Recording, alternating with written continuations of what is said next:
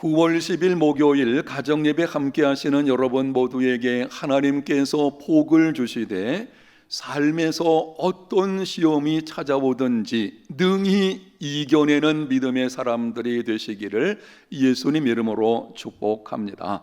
찬송가 456장 함께 부르겠습니다.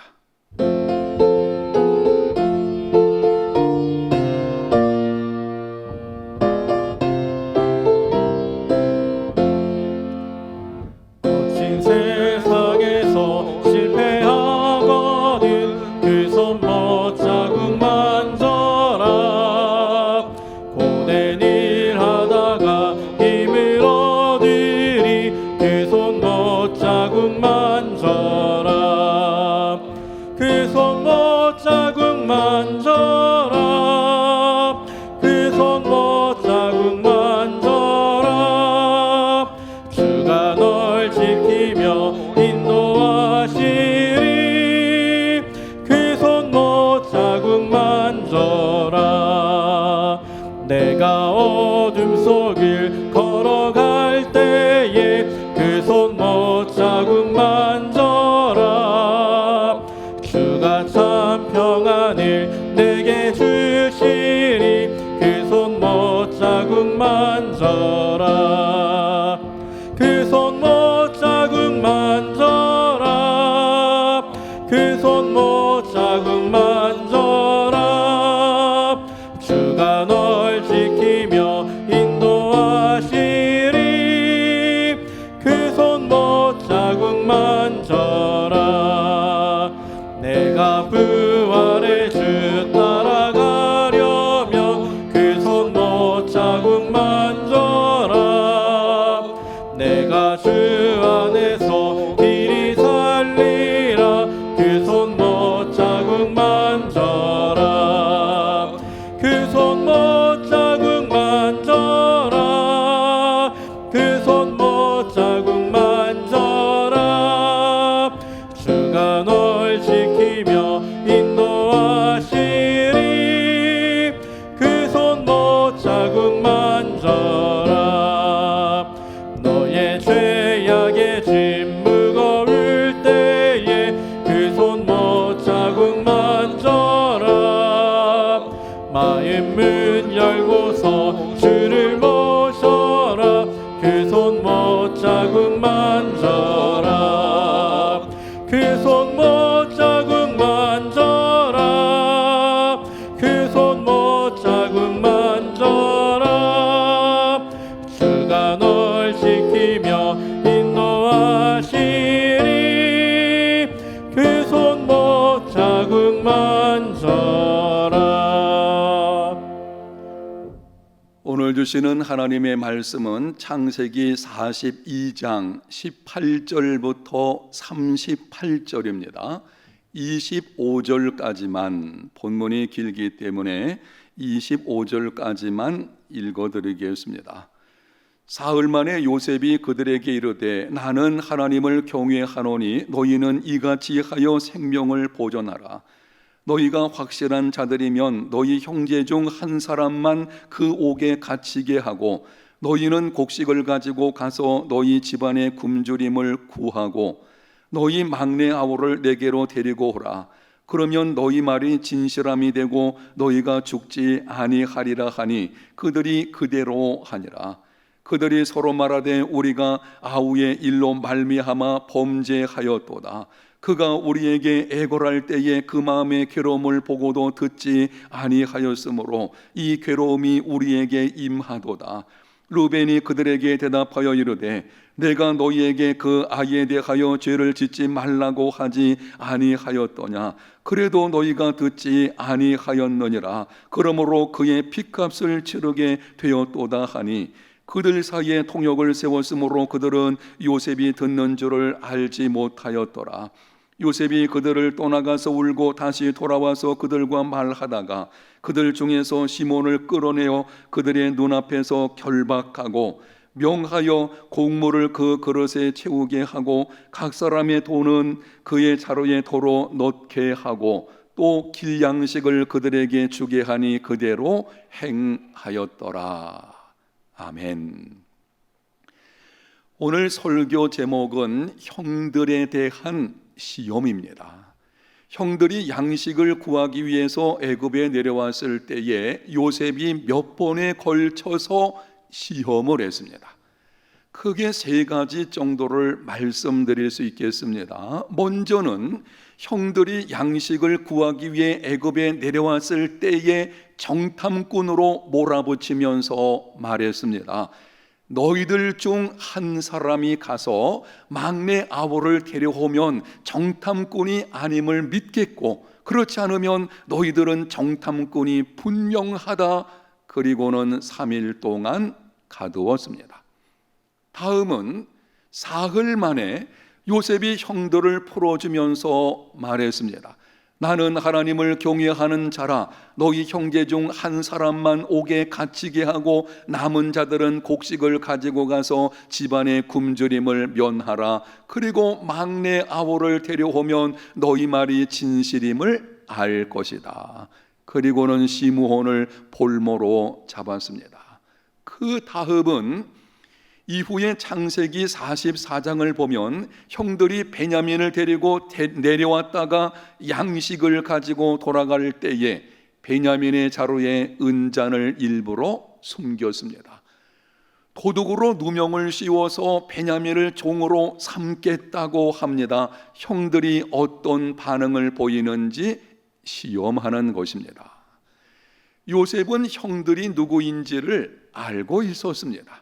형들을 만난 것이 매우 반갑고 기뻤습니다. 당장이라도 자신이 누구인지 밝히고 아버지와 동생을 데려와 모두 함께 지내고 싶었습니다. 그럼에도 모르는 척하고 감정을 억누르며 이같이 시험을 하는 이유가 무엇입니까? 진정한 회복을 위한 것입니다. 진정한 회개만이 진정한 회복을 갖게 합니다. 그래서 형들로 하여금 오래전에 동생을 애굽에 팔아버린 일에 대하여 진정으로 회개할 수 있는 기회를 주는 것입니다. 오해하지 마십시오. 형들이 진정으로 회개하면 용서하고 그렇지 않으면 보복하려는 것이 아닙니다. 요셉은 하나님을 경외하는 자입니다. 하나님께서 자신을 애굽으로 보내신 이유가 무엇인지를 분명히 알고 있었습니다. 이런 모든 것으로 보아서 틀림없이 요셉은 이미 형들을 용서했습니다. 그럼에도 시험을 하는 것은 다음과 같은 세 가지 회복을 위한 것입니다. 첫 번째, 형들로 하나님과의 관계를 회복하게 하려는 것입니다. 요셉에 관한 성경의 기록을 보면 요셉은 언제나 하나님과의 관계를 우선했습니다. 또한 죄는 하나님 앞에서 짓는 것임을 분명히 알고 있었습니다. 오래전에 보디발의 아내가 유혹할 때에 이렇게 말했습니다. 내가 어찌 이 큰 악을 행하여 하나님 앞에서 범죄하리까. 형들이 동생을 애굽으로 내려가는 상인들에게 팔아버린 것, 하나님 보시기에 심각한 죄이고 그것은 하나님과의 관계를 멀어지게 하는 것입니다. 지금 요셉은 이런 시험들을 통해서 어찌하든지 형들로 진정한 회개로 하나님과 관계를 회복시켜 주려는 것입니다. 사랑하는 여러분, 하나님의 백성들이 죄를 해결하지 않고 품고 있으면 삶의 심각한 결과들이 찾아옵니다. 기도 응답을 받지 못합니다. 구원의 기쁨을 잃어버립니다. 마음의 평안이 사라집니다. 영적 침체에 빠지게 됩니다. 자신에 매여서 이웃에 대한 관심이 사라집니다. 그러므로 죄는 품지 말고 속히 해결해야 합니다. 어떻게 해결할 수 있습니까? 하나님 앞에서 정직하게 죄를 인정하고 자백해야 합니다. 하나님은 미쁘시고 의로우신 분이십니다. 누구든지 하나님 앞에 나와서 정직하게 자백하면 하나님께서는 사하여 주시고 모든 불의에서 깨끗하게 하여 주십니다. 하나님과의 관계가 회복되기를 원하시면 죄를 품지 말고 자백함으로 해결하십시오. 두 번째는 형들로 자신과의 관계를 회복하게 하려는 것입니다. 죄는 먼저는 하나님과의 관계를 깨트리고 그 결과 자신과의 관계도 깨어집니다. 죄책감과 자책감에 사로잡히게 됩니다. 형들은 요셉을 팔아버리면 모든 것이 끝날 것으로 생각했습니다. 그러나 그 후 그들은 죄책감에 시달려야 했습니다. 무슨 일이 있을 때마다 그 죄에 대한 기억으로 자책감 속에 살았습니다. 급기야 오늘 본문 21절에 보면 요셉이 시험할 때에 서로 이렇게 말합니다. 그들이 서로 말하되 우리가 아우의 일로 말미암아 범죄하였도다. 그가 우리에게 애걸할 때에 그 마음의 괴로움을 보고도 듣지 아니하였으므로 이 괴로움이 우리에게 임하도다. 동생을 팔아버린 후 20년 이상이 지났음에도 여전히 그 일이 그들을 괴롭게 하는 것을 볼 수 있습니다. 이러한 죄책감과 자책감에서 벗어날 수 있는 방법은 한 가지뿐입니다. 진정으로 회개하는 것입니다. 요셉은 지금 형들로 진정한 회개를 통해 자신들과의 관계를 회복하도록 돕는 것입니다. 명심하십시오. 진정한 회개는 하나님과의 관계를 회복하게 할 뿐만이 아니라 자신과의 관계도 회복하게 합니다. 세 번째는 형들이 팔아버린 동생 요셉과의 관계를 회복하게 하려는 것입니다. 죄는 하나님과의 관계를 깨트리고 자신과의 관계를 깨트릴 뿐만이 아니라 이웃과의 관계도 깨어지게 합니다.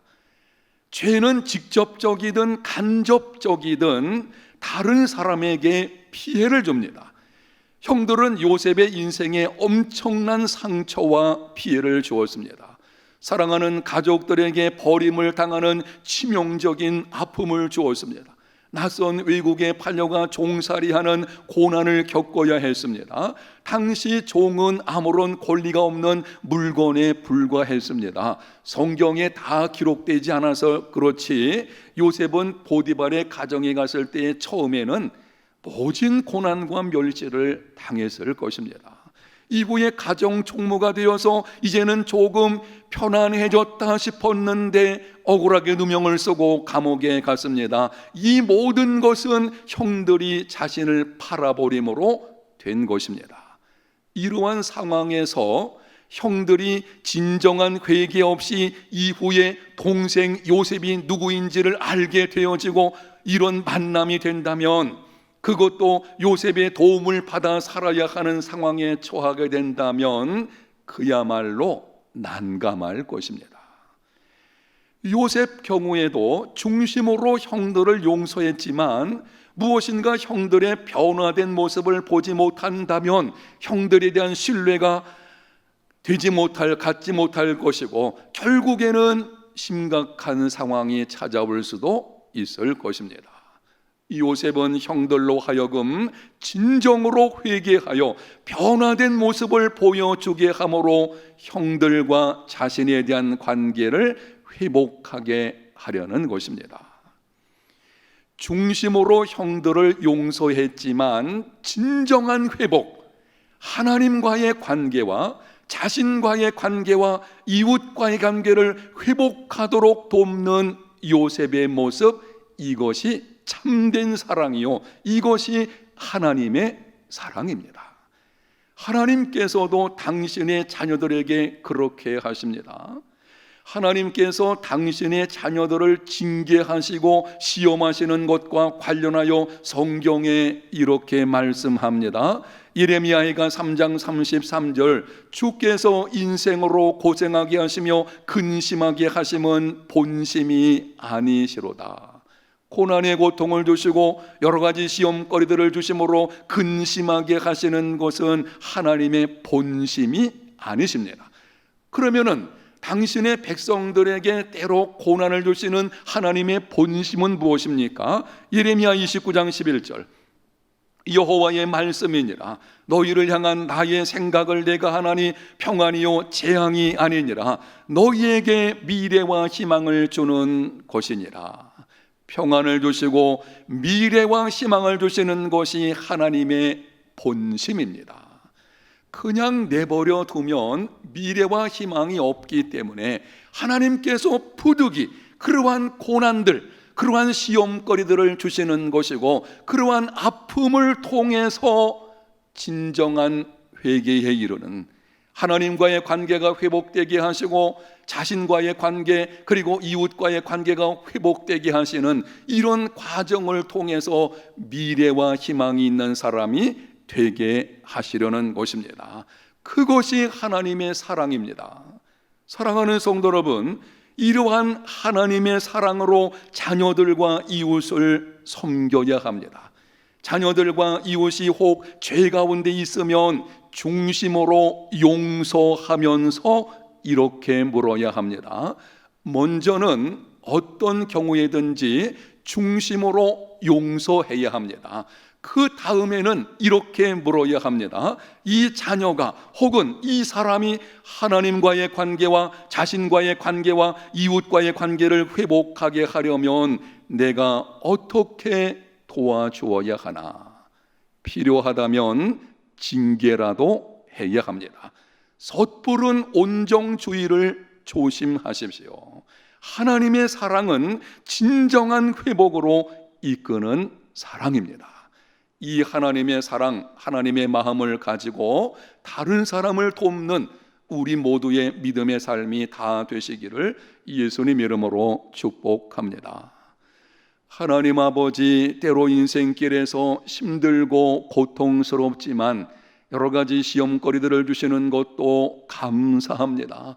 그 모든 것들을 통해 하나님의 본심, 우리로 하여금 미래와 희망이 있게 하시려는 그 하나님의 본심을 기억하고 진정한 회복의 자리로 나아가는 삶이 되게 하여 주시옵소서. 우리 자신이 이러한 믿음의 걸음뿐만이 아니라 다른 사람이 죄 가운데 있는 것을 볼 때에는 또한 하나님의 사랑으로 잘 도와서 그들로 하여금 진정한 회복의 삶이 이루어질 수 있도록 하는 우리 모두가 되게 해 주시기를 원합니다. 오늘 하루의 생활도 우리 성도들 가운데 하나님의 크신 은혜와 평강으로 넘치게 채워 주시옵소서. 예수님 이름으로 기도합니다. 아멘.